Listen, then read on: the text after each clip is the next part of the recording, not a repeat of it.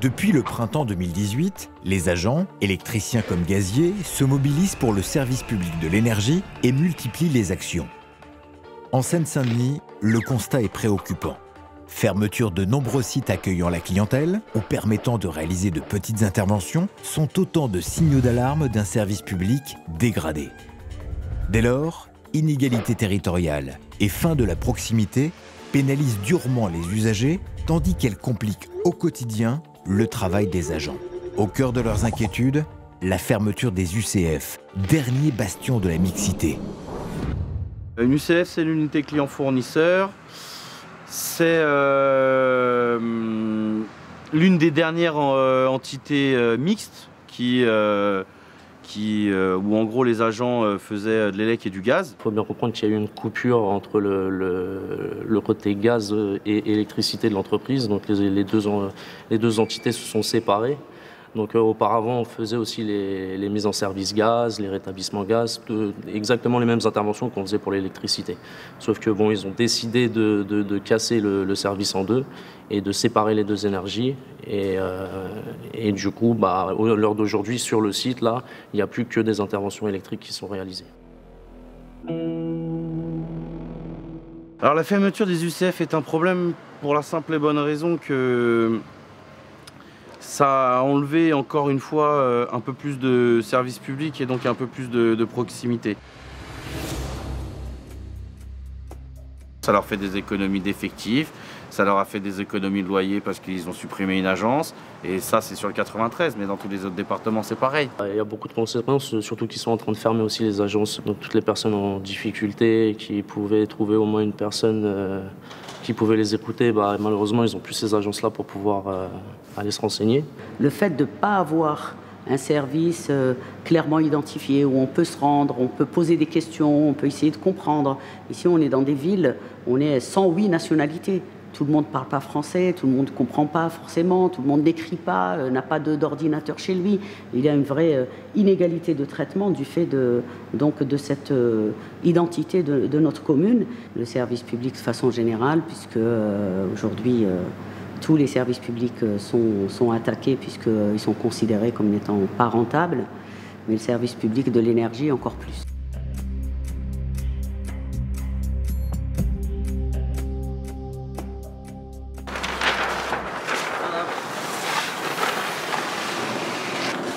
Depuis que la boutique a fermé, depuis février-mars, tous les jours, tu as une trentaine, une quarantaine de personnes qui viennent devant la boutique parce qu'ils ne s'attendaient pas à ce que ça ferme aussitôt.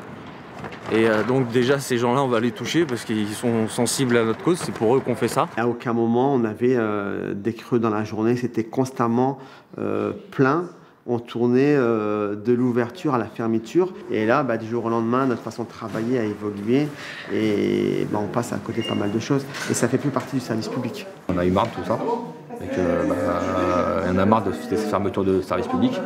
Et donc ce qu'on a décidé, c'est de occuper l'agence symboliquement pendant 3 jours, en présence des autres services publics aussi, qui sont touchés comme nous, avec la proximité et l'accueil de services publics, pour ensuite rencontrer les usagers, partager avec eux leurs problématiques, leurs difficultés. La plupart des gens ne savent pas que l'accueil a fermé. On en voit défiler approximativement une trentaine par jour, qui ont des difficultés pour leur contrat, qui ont des difficultés pour tout ce qui est inhérent à leur contrat d'électricité en tant qu'usager. Donc voilà, aujourd'hui, ils n'ont plus d'accueil physique pour les accueillir. Les gens, ils galèrent, ils ne savent plus où aller. En plus, il n'y a rien qui leur explique où il faut aller. Moi, je viens ici 2 fois, 3 fois. Je trouve l'agence, c'est fermé. Moi aussi, j'ai aucun problème. J'ai une facture pour régler. Je viens là, je ne peux pas régler sur Internet. J'ai pas de carte bleue, j'ai pas de trucs comme ça.